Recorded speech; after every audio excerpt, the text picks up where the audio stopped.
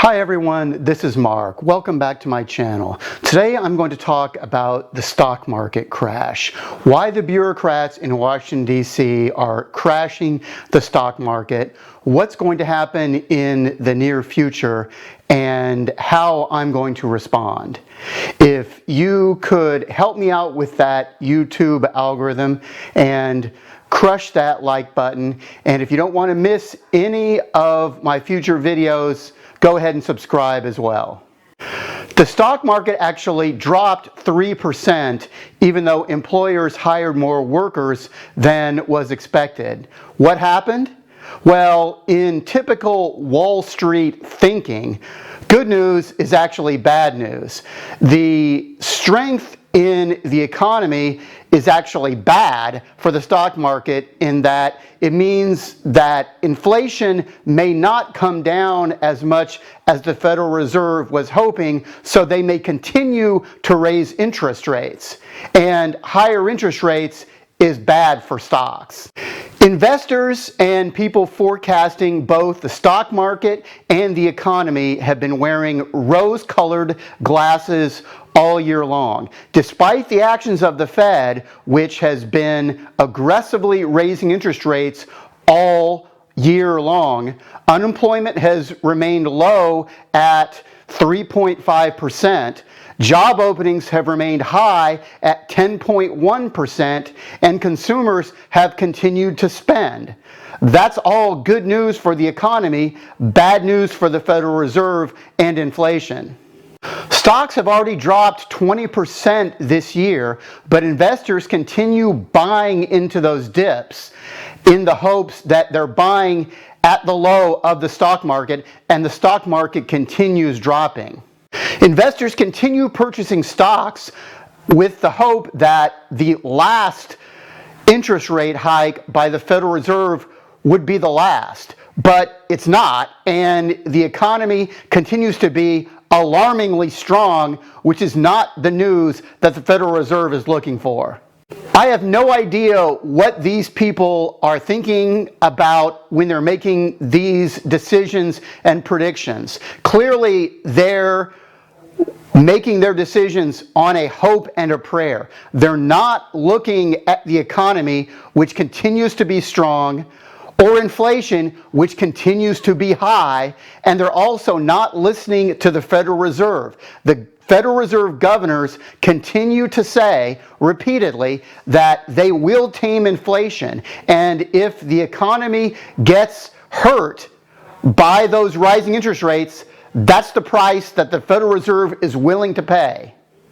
The Federal Reserve will often be quite vague about what their intentions are and what they are going to do in the future. However, this year they have been uncommonly clear about what their purpose is, what their goal is, and what they will do to get there. Inflation has been well above their target rate of 2% for much too long. Their plan is to raise interest rates until inflation is under control and back down to their target rate of 2%. And Jerome Powell has been very clear that if that causes pain in the economy, that is okay.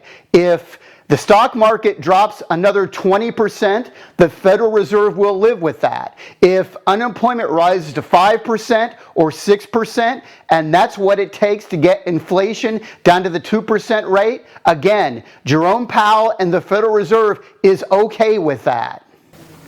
This clarity of action and clarity of speech from the Federal Reserve is why many Fed watchers are expecting 2 more interest rate increases before the end of this year, including a potential 3/4 rate increase at the next Fed meeting in November. That would be 4 3/4 point interest rate increases in a row. Yes, inflation slowed to 8.3% in August. Yes, it is no longer accelerating. Yes, it takes a while for the interest rate increases from the Fed to take effect and impact inflation. But that rate in August is still miles and miles above the 2% target rate that the Federal Reserve is looking for, which is why we are still expecting more interest rate increases the rest of this year. What does this mean for stocks? Well, in the short term, it's terrible news. Higher interest rates means increased borrowing costs for companies, which reduces their profits. Also, it increases pressure on consumers because they have less money to spend on consumer goods because more of their money is going for auto loans, personal loans, student debt loans, things like that. Additionally, it's bad for stocks because it provides an alternative to stocks. Why would you invest in risky stocks if you can expect to get just as high a return from something safer, such as bonds or maybe even cash? Currently, the 10% Treasury bond, which is a risk-free investment from the federal government, is paying almost 4%. Why would you invest in stocks if you could get 4% from the federal government risk-free? So where is the stock market headed from here? Well, if you believe and trust Jamie Dimon, the CEO of Chase Bank, it could be 20% lower. Now, I'm sure Mr. Dimon is more concerned about the stock price of his own bank than the other stocks in the S&P 500. But at the same time, he also has to be concerned about the economy as a whole, and the stock market also plays into that. Plus, I'm sure he has hordes of analysts and economists and business people at his beck and call, so he certainly knows more about the stock market as a whole than I do. That 20% loss would be another 700 points down on the S&P 500, taking it back to the place where it was in May of 2020, wiping out over 2 years of gains. So right now, happy days are not here again. So what am I doing? Well, the single most important factor in what you should be investing in is your time horizon.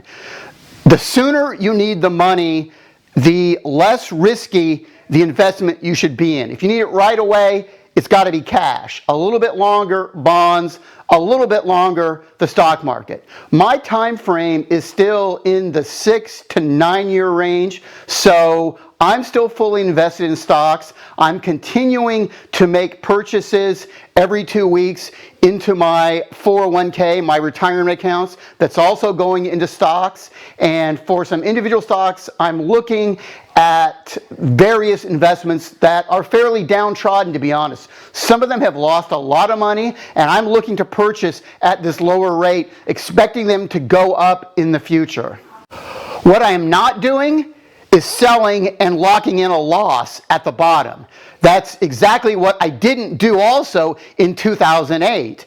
And the stock market turned around and everything turned out fine. We made a lot of money on the upturn by not selling at the bottom in 2008. I'm Mark. Thank you for joining me today. If you enjoyed this video, I would love it if you would engage with me. Leave a question or a comment down below. And until next time, keep that cash register spinning.